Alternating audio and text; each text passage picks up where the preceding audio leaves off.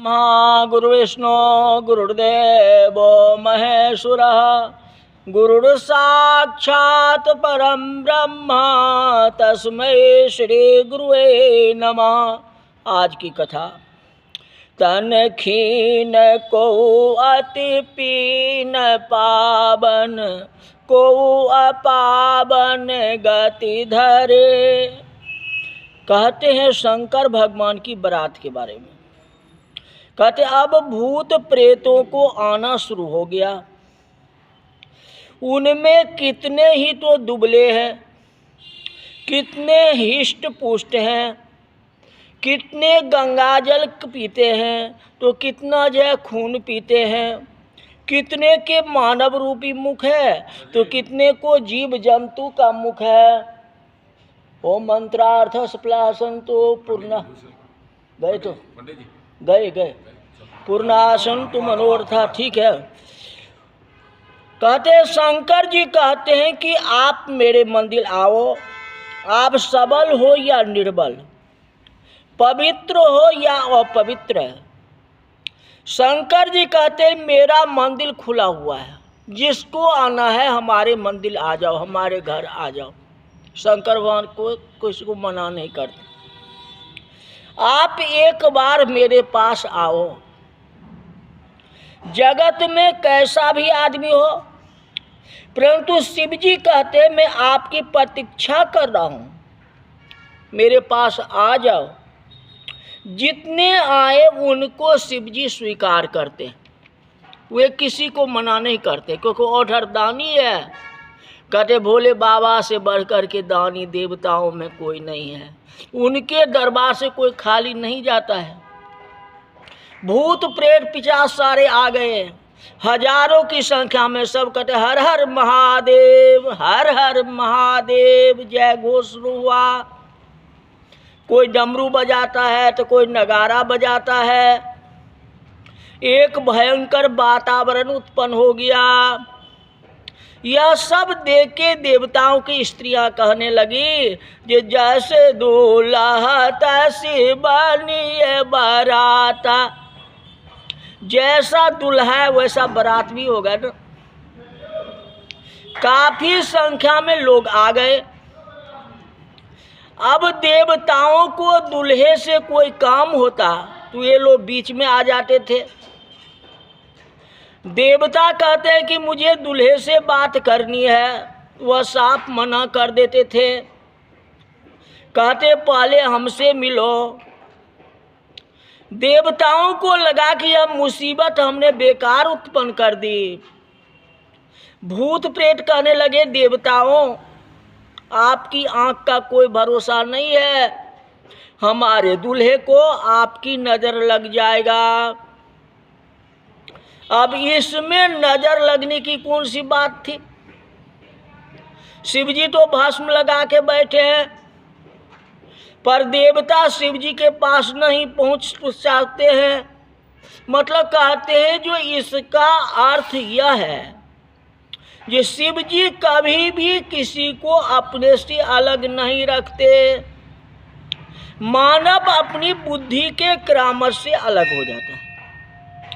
इस तरह जो बारात आगे बढ़ती है। पार्वती के कन्यादान के लिए इधर हिमालय ने भव्य मंडप बनाया। वहाँ कई मेहमान आए थे। रास्ते में ठहरते ठहरते शिवजी हिमाचल पहुँचने वाले थे कि देवताओं ने विचार किया कि दूल्हे को आगे खड़ा करेंगे तो सामने वाला कोई खड़ा ही नहीं होगा, क्योंकि दूल्हा का रूप भयंकर है। आप पूरे शरीर में भस्म लगाए हुए हैं और सांप की माला पहने हुए हैं। इस तरह दूल्हे का अपमान होगा, उसकी तो कोई बात ही नहीं है। पर हम लोग भी तो नहीं रह पाएंगे, आए बारात ने लौट करके जाना पड़ेगा। इसलिए कोई उपाय करना चाहिए। हम पीछे होंगे तो हमारी कौन सुनेगा। इसलिए देवताओं ने निश्चय किया पहले हम लोग आए और दूल्हे को सबसे पीछे रख दें, तो हमारा तो सम्मान हो जाएगा ना, ठहरने का कोई स्थान भी मिल जाएगा। किसने कहा शंकर जी का कौन सा स्थान होगा बताओ? तो उन्होंने कहा कि उसे तो शमशान अच्छा लगता है, वह तो वही रहेगा, उनको ठहरने की कोई जरूरत है ही नहीं। वीरभद्र ने कहा कि स्वामी विवाह आपका है और ये लोग सबसे आगे जा रहे हैं। शिव ने कहा कि सम्मान की जिसे जरूरत है ना उसे आगे जाने दो, हम पीछे ही ठीक हैं। सबसे पहले विष्णु, फिर ब्रह्मा जी, फिर कुबेर देवता की पंक्ति लगी।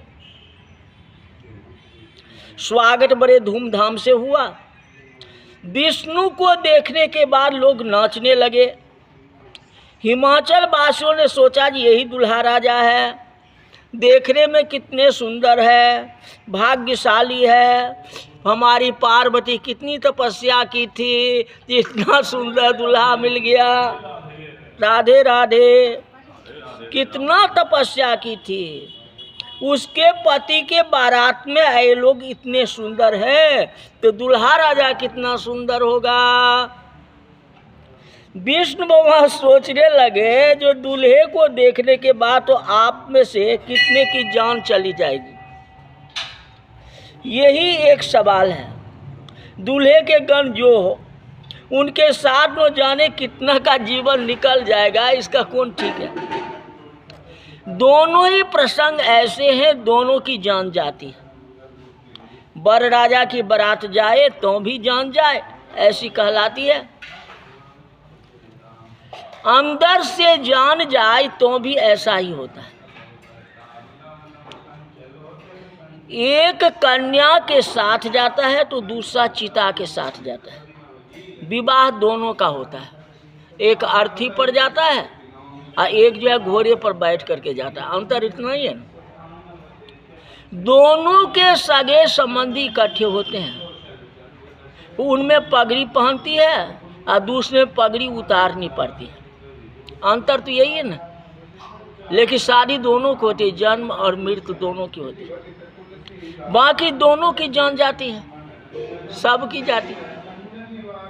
पहले विष्णु का स्वागत हुआ, फिर ब्रह्मा जी का स्वागत हुआ, बाद में सभी देवताओं के स्वागत होने लगा। हिमाचल वाले आनंदित हो गए, बराती कितना सुंदर है। अब शंकर जी आए तो चारों तरफ खलबली मच गई, इसका तो कुछ भी पता नहीं है। भूत और प्रेत कुछ निश्चित नहीं। तुलसीदास जी कहते हैं कि शंकर को नंदी पर देखा और भूत प्रेत हर हर महादेव करते देखे गए। तो बिडरी चले वाहन सब भागे, मैदान में जिनके हाथ में सोने की थालियां थी वे गिर पड़ी। कहाँ गई किसी को मालूम नहीं है। सारा मैदान बिल्कुल साफ हो गया। शंकर जी ने वीरभद्र से पूछा कि इस गांव में दूल्हे राजा विवाह करने आए तो उसका स्वागत क्या इसी प्रकार होता है क्या? सभी भागने लगते हैं। वीरभद्र बोला महाराज ऐसा रिवाज तो नहीं है, पर हम आते हैं तो ऐसा होता है। यह आपके कदमों का प्रभाव है महाराज। शिव जी ने कहा कोई बात नहीं, हमें सामान की जरूरत तो है नहीं, अपने आप मिल जाएंगे। और मिल भी गए। दूसरा दुल्हा होता तो उसका दिमाग ही चला जाता। दूल्हे से हाथ जोड़ के नहीं बैठा जाता है, इसलिए उसके हाथ में तलवार दी जाती है। वो कब निकाले कह नहीं सकते हैं। तलवार हाथ में क्यों देते हैं? तलवार इसीलिए कि उनकी इज्जत रखने के लिए आज के दिन में दी है। फिर बेशक असूली वाले आए, कपड़े का बिल्ला हो, सोने का बिल्ला हो, फिर सब ऐसा ही चलता है।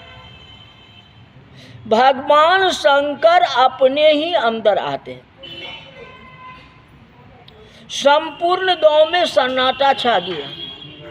दूल्हे के हाथ में तलवार दिया गया, अंतर इतना ही है, शंकर भगवान के हाथ में त्रिशूल दिया गया। जो 3 शूल हैं, अर्थ, धर्म और काम, ये तीनों, जो तीनों पर विजय प्राप्त कर ले, वह त्रिशूल है।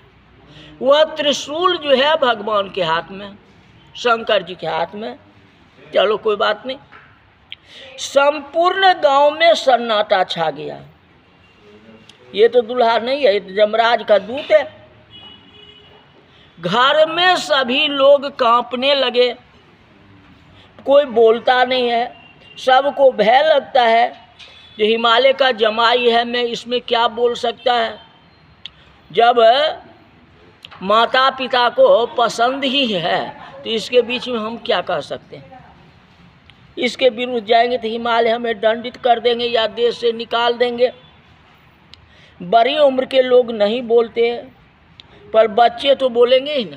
बच्चे को क्या समझ है। बालकों का स्वभाव है, जैसे हो वैसा वो तो बोलेगा ही। हमारे भारत में कथा है, 55 साल का एक आदमी विवाह करने को निकला। सफ़ेद बाल हो गए थे, सब देख रहे थे पर बोले नहीं। बूढ़ा है, हमें क्या बोलना है। सब कहते नहीं बहुत अच्छा है, बहुत अच्छा है, दूल्हा अच्छा है, सब अच्छा ही कहता है, जिसका है उसका। उन्होंने जो देखा वह कह दिया। दूल्हे ने तलवार खींची और तलवार घुमाने लगा। वह बूढ़ा ही नहीं, पागल भी है, जैसा देखा वैसा कह दिया। अब दूल्हे राजा को हुआ कि यह तो मेरा मजाक करेगा, इसीलिए तलवार स्थान पर रख दी। लड़कों ने कहा कि इसे तो मिर्गी भी आती है। माता के पिता के पास लड़कों ने दूल्हे का वर्णन किया, जो दूल्हा कैसा है। दूल्हा तो एक तो बुढ़ा है, दूल्हा एक तो हाथ में तलवार लिया हुआ है, दूल्हा ऐसा है जो तलवार को ऐसे ऐसे घुमाता है, इधर उधर चमकता है, लगता है इसको मिर्गी होगी। सामने तो बोलता नहीं है। अब वही हाल जो शिव जी की बारात की है। तन छार ब्याल कपाल भूषण नगन जटिल भयंकरा, संग भूत प्रेत पिचास जोगिन, विकट मुख रजनी चेरा। दूल्हे राजा ने भस्म मली और उसके साथ कोई भी अच्छा आदमी नहीं है। नगन जटिल भयंकर, जितने हैं कोई कपड़ा भी नहीं पहना हुआ है, नग्न है। अब उसका रूप बहुत जटिल लगता है, मतलब कठिन लगता है। कहते भूत प्रेत की टोलियां हैं, मृग चर्म लपेटा हुआ है। लगता है कि जिसने ज़्यादा पुण्य किए होंगे वही बच सकता है, वही यह विवाह को पूरा देख सकता है। संपूर्ण गांव में भय का सन्नाटा हो गया। भगवान शंकर विवाह मंडप के द्वार पर आए। महारानी मैना ने आरती की थाली तैयारी की। ये तो पहले की बात थी, जो जिसके हाथ में जो थाली था सारे के सारे गिर गए, मैदान में ही गिर गए। अब तो बारी आई मैना की ना, माँ तो आरती उतारेगी ना। तो महारानी मैना ने आरती तैयार की, सुंदर आरती थी। उसने सोचा कि मैं इतनी सुंदर आरती करूं कि मेरी जमाई जो है खुश हो जाए। शिव जी की सासू को पता नहीं था कि मेरी जमाई कैसा है, कौन कहने के लिए जाएगा उनको। आरती लेकर के आती है। प्रारंभ में मैना ने शिव जी को रौद्र रूप देखा नहीं था, ऐसा संतों का अभिप्राय है। पहले तो उन्होंने सुंदर मुख देखा था, तभी तो मैना के हाथ में आरती उतारते उतारते गिर पड़ी। उन्होंने भयंकर रूप को देखा, मैना डर गई, आरती की थाली नीचे गिर गई। अपितु मैना यह मानकर आई कि अच्छे दीपक प्रकट करके आरती करूंगी, तो मेरा जमाई जो है राजी हो जाएगा। जैसे उन्हें शिव जी की आरती उतारी तो शिव जी के माथे पर चंद्रमा को देख के आरती गिर पड़ी, ऊपर चंद्रमा को देखी, और उस चंद्रमा में इतनी प्रकाश थी वो आंखें उनकी बंद हो गई। एक तो ये कहा जाता है जो शंकर जी को विकराल रूप दे करके डर गए, तो गले में सर्प का माला था, भस्म लगाए थे। और दूसरी भावना है जो जैसे वो चंद्रमा को देखे तो चंद्रमा का प्रकाश में उनका आंख काम नहीं किया, आंख उनको अपने आप बंद गए। तो आंख बंद हो जाएगी तो हाथ में जो वस्तु होगा अपने आप गिर जाएगा, इसीलिए जो उनकी आरती की थाली नीचे गिर गई चंद्रमा को देखकर। तो जिसके माथे पर स्वयं चंद्रमा हो उनके आगे मेरी आरती की क्या कीमत है। इसलिए मैंने आरती नहीं की, आरती की थाली गिर गई। उनकी आरती इतनी बड़ी चंद्रमा है जो प्रकाशित है, ऐसा वर मुझे मिल गया। तो भावना जो दोनों भावना है इसका विश्लेषण कल की कथा में करेंगे। तो क्या उनको मन में डर हुई या क्या हुई, दोनों भावनाओं को लेकर तालमेल बना करके कल कथा कहूँगा। आज की कथा जो है यहीं तक रही। जितना हो उतना कथा को सुनो, मोबाइल से कनेक्ट करो। डेली राम कथा जो है यूट्यूब पर आ रही है, वहाँ भी देखो, फेसबुक पर देखो। आपका भी कल्याण होगा, मेरा भी कल्याण होगा, सारे संसार की कल्याण होगा। बोले शंकर भगवान की जय।